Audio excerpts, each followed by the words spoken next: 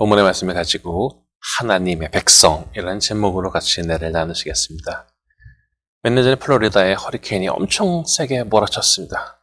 강한 바람 때문에 해변가에 지은 집들이, 많은 집들이 아예 다 날아가 버렸습니다. 그런데 몇 집만은 그대로 자리를 지키고 있는 곳이었습니다. 이유는 간단했습니다. 기초를 단단하게 하는 공법을 사용했기 때문입니다. 집안에 강하게 자리를 잡는 방법으로 튼튼하게 만들었기 때문에 바람이 불어도 집이 날아가지 않았던 것이죠. 그런데 신앙도 마찬가지입니다.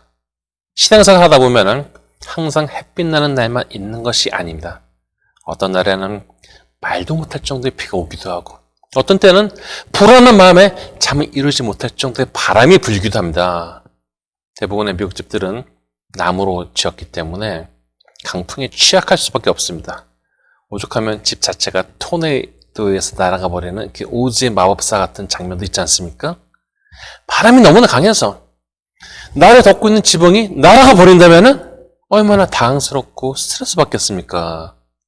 제가 군생활할 때 고등산악 훈련을 갔는데 산 중턱에 24인용 텐트를 치고 그 안에서 간이 침대를 펼치고 자고 있었습니다. 그런데 그날 밤 바람이 엄청났어요. 당연히 텐트가 막 흔들립니다.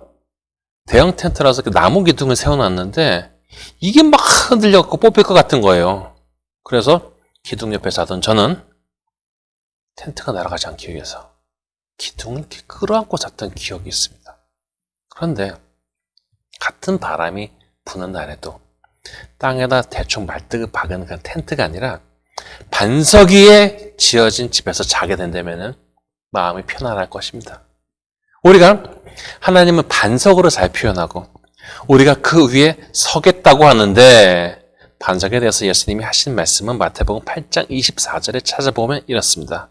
그러므로 누구든지 나 이 말을 듣고 행하는 자는 그 집을 반석 위에 지은 지혜로운 사람 같으리니 비가 내리고 창수가 나고 바람이 불어 그 집에 부딪히되 무너지지 아니하나니 이는 춘추를 반석 위에 놓은 까닭이요. 그리고 다음 절에 보면은 그 집을 모래 위에 지은 사람에 대해서 설명이 따라오게 됩니다. 우리는 본문 1절의 표현대로 나의 반석이신 여호와를 찬송하는 사람이 되어야 됩니다.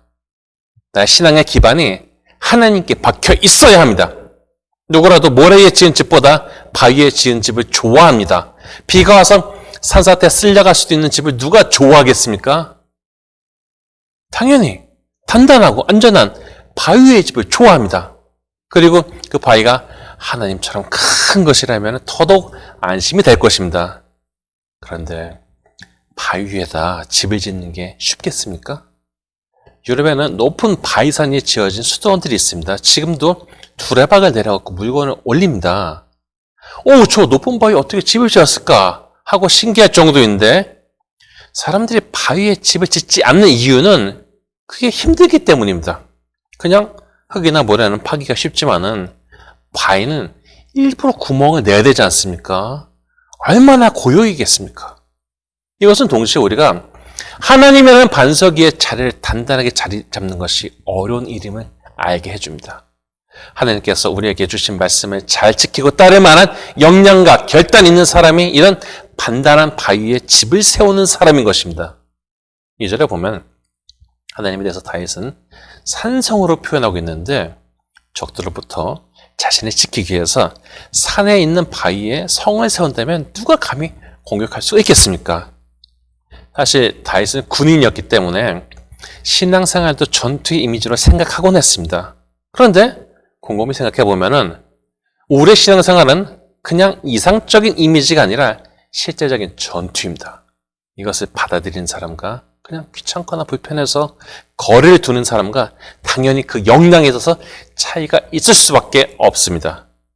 전쟁을 준비하고 다 거기에 따라서 이렇게 다 모든 것을 동원하는 나라와 그것을 등한시하는 나라에 어찌 차이가 없을 수가 있겠습니까? 제가 신학생이었을 때 동물 중에 좀 껄렁껄렁한 친구가 있었는데, 형은 굉장히 점잖고 신실한데 얘는 되게 까부는데, 근데 얘가 교회에서 뭘 봤는데 교인들이 헤어지면서요, 승리하세요, 승리하세요, 승리하세요 라고 그렇게 인사하고 헤어지는 거 봤단 말이죠. 그래서 그거 보고 무슨 생각을 했는지, 저한테 야, 승리하세요가 뭐냐? 뭐 전쟁하러 가냐? 하면서 막 비웃는 것이었습니다. 그런데 목회를 오래 하고 성도들을 관찰하면서 확실하게 대답할 수 있는 것은 그래, 신앙은 영적인 전쟁이야 라는 것입니다. 다윗은 군인이었기 때문에 그의 시를 보면은 전투에 임한 사람으로서의 하나님의 도우심을 강구하는 내용들을 많이 볼 수가 있습니다. 2절에 보면 다윗은 하나님을 요새시여 산성이시여 건지시는 이여 방패라고 합니다. 우리가 직면해 있는 신앙생활은 이상적인 꽃밭이 아니라 화살이 날아오고 칼이 쑤셔대는 전쟁터입니다. 이것을 인정해야 됩니다. 나는 싸우고 싶지 않다라고 하지만은 우리의 대적은 가진 방법으로 우리를 쳐서 쓰러뜨리려고 합니다. 우리는 신앙적으로 이 싸우는 방법을 배워야 됩니다. 그래서 1절에 보면 다윗은 하나님께서 자신의 손을 가르쳐 싸우게 하시고 손가락을 가르쳐 전쟁하게 하신다라고 합니다. 적들의 공격을 막기 위해서는 우리는 영적인 전신갑주, 풀 아머를 입어야 됩니다. 그래야 적들의 공격이 튕겨나가기 때문이죠. 사탄이 나에게 불화살을 쏜다는 것은 놀라운 일도 실망스러운 일도 아닙니다. 그게 원래 사탄이 하는 일입니다. 중요한 것은 내가 무장되어 있어야 된다는 것입니다. 그런데 영적인 전쟁을 하다 보면은 나 또한 이 가운데서 상처를 입을 수 있습니다. 전쟁의 역사를 보면요, 칼이나 창에 찔려 죽은 사람보다 화살에 죽은 사람이 훨씬 많았고, 이것보다 훨씬 많은 사람이 전염병으로 죽었고, 전투 중에 생긴 아주 작은 상처가 골마서 죽은 사람 또한 상당합니다. 작은 상처라 무시했는데 나중에 군복을 벗고 보니까 손 쓸 수도 없이 커져버린 것입니다. 20세기에 페니실린이 발견되기 전까지 수많은 사람들이 설마 이것 때문에 하는 작은 상처 때문에 죽었습니다. 그렇다면 성도가 상처를 입고 위기에 처하면 어떻게 해야 한단 말입니까? 그것은 기도와 말씀입니다. 시편 107편 19에서 20절 읽겠습니다. 이에 그들의 고통 때문에 여호와께 부르짖으매 그가 그들의 고통에서 그들을 구원하시되 그가 그의 말씀을 보내어 그들을 고치시고 위험한 지경에서 건지시는도다. 어려움과 위기에 처해 있을 때 하나님께 부르짖으며 우리가 하나님 앞에 전심을 다할 때 하나님은 말씀을 보내주사 우리 눈을 밝히시고 무릎에 힘을 주셔서 일어나게 하시는 것입니다. 그러므로 성도가 하나님을 의지해서 회복될 수 있다는 것은 정말로 큰 신앙의 근거가 되는 것입니다. 다윗은 자신을 보호하시는 하나님께 피하였고 또한 하나님께서 자신의 백성을 자기에게 복종하게 하셨다라고 하는데, 성도가 영적인 권위를 얻는 방법은 남들이 내 마음대로 따라오지 않는다고 성질내고 실망하는 것이 아니라 하나님과 동행하는 것을 보여주는 것입니다. 2절 처음에 다윗은 하나님에 대해서 여호와는 나의 사랑이시여 라고 하는데, 하나님과 친밀한 관계를 유지하는 가운데 선한 것이 흘러나가게 하는 것이 바로 영적인 영역을 인정받게 하는 것이죠. 창세기 22장 22절에 보면은 아비멜렉 왕, 당시의 이쪽 지역 왕을 다 아비멜렉으로 불렀는데, 아비멜렉 왕이 군대 장관과 함께 아브라함에게 찾아와서 내가 무슨 일을 하든지 하나님 너와 함께 계시도다 라고 하면서 동맹을 맺습니다. 26장 28절에 보면은 다른 아비멜렉 왕이 이삭에게 와서 여호와께서 너와 함께 계시면 우리가 분명히 보았으므로 우리의 사이 곧 우리와 너 사이에 맹세하여 너와 계약을 맺으리라고 합니다.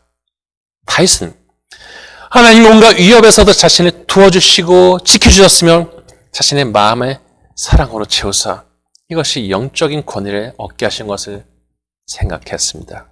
그래서 감격 속에 3절에 이렇게 고백을 합니다. 여호와여, 사람이 무엇이건데 그를 알아주시며 인생이 무엇이기에 그를 생각하시나이까. 아들이 8명이나 되는 집의 막내로서 별로 대접받지 못하고 자랐던 다윗이 이제 하나님께서 자신이 도우신 것들을 생각하니 너무나도 감격스러운 것이었습니다. 심지어는 이 시편을 작성하는 그 순간에도 다윗은 여전히 적대 세력이 있음을 6절에서 10절을 통해서 꼼꼼하게 읽으면 드러나게 합니다. 하나님은 과거에도 도우셨지만은 현재에도 자신을 도울 것을 신뢰한 다윗은 다시 한번 하나님을 구하시면 신뢰하죠. 그래서 10절에 보면 주는 왕들에게 구원을 베푸시는 자시요 그의 종 다윗을 해하려는 자의 칼에서 구하시는 자신이다. 그러나 다윗은 동시에 자신에게 하나님께서 주신 것들을 돌아보았습니다. 자신의 아들들은 장성한 나무와 같고 딸들은 궁전에 건축된 모퉁이 돌과 같이 아름다우며 곳간에는 백고기에 가득하며 양들은 들에서 엄청난 숫자로 번성하며 숫소가 나르는 짐이 많고 전쟁이 없으니 자신들의 거리에는 슬피 부르짖음이 없다는 것입니다. 우리는 본문에서 이스라엘이 처음으로 세력이 커지면서 이제는 이방 세력에 대해서도 고민하고 긴장하고 있음을 또 알 수가 있어요.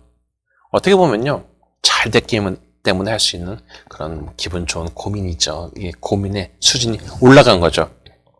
사울이 왕이 되기 전까지만 해도 이스라엘은 이 나라에 치이고 저 나라에 치이고 짓눌리는 동네 자전거 같은 그런 존재였습니다.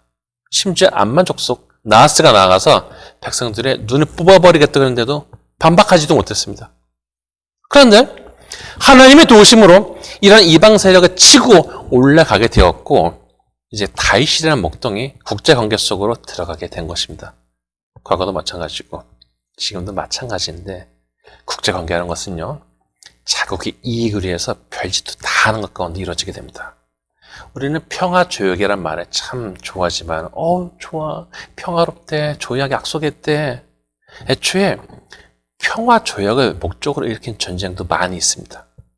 전쟁을 더 끌지 않으면서 상대편에게 받을 것을 받는 악랄한 상태를 평화조약이라는 그럴듯한 명분으로 종교에 지으려고 한 것이죠. 18세기 유럽에서는 많은 전쟁이 있었고요. 서로 간의 동맹도 평화조약도 많이 맺었습니다. 그러나 힘없는 평화조약은 종이 쪼가리에 불과했습니다. 오죽했으면은 당시 유럽에서 말도 안 되는 일에 대해서 평화조약 같은 소리 하고 있네 라고 했다는 것입니다. 온갖 권모술수와 첩보가 넘쳐나는 국제적인 관계에서 다윗은 이방인을 의식해서 하나님께서 자신의 구할 것을 요청하고 있습니다. 물론 이것은 왕의 입장에서 하는 말이죠. 전에는 개인의 안전 때문에 전전긍긍하던 다윗이 이제는 국제적인 관계에서 국가의 안위를 신경 써야 하는 자리로 올라간 것입니다. 다윗이 하나님께 축복을 받을 수 있었던 영적인 토대는 그의 겸손함이었습니다. 그가 자신과 같이 작은 자를 세워주시고 올려주시는 것에 대해서 감격하고 감사를 돌릴 때 하나님께서는 이것을 기뻐하셨고 반대로 하나님을 생각하지 않고 백성의 통계조사를 해서 자신의 자랑으로 다윗이 삼으려고 했을 때 이것을 징계하셨고 우리아의 아내를 빼앗은 사건에 대해서는 나단 선지자가 말하기를 사무엘하 12장 9절에 다윗이 하나님의 말씀을 업신여겼다라고 합니다. 아까 우리가 어려움을 극복하는 방법이 기도와 말씀이라고 했는데 좋은 것을 누리는 지혜로운 방법이 바로 하나님께서 하신 일을 찬양하며 교만의 소리를 짓누르며 겸손의 소리를 주님께 올려드리는 것입니다. 하나님은 우리에게 좋은 것을 주시는 분이십니다. 동시에 우리가 지속적으로 축복받을 만한 자이기를 요구하십니다. 하나님께서는 자신의 백성에 대해서 열성으로 성숙하고 성장하기를 바라시는 가운데 인도하시며 중간중간에 있는 어려움에서 보호하시면서 우리와 동행하고 계심을 신뢰하게 하여 주십니다. 다윗이 많은 복을 누린 이유는 다른 것에 마음을 둔 것이 아니라 하나님의 자신을 이끄시는 위대하고 크신 분으로 섬겼고 신뢰했기 때문입니다.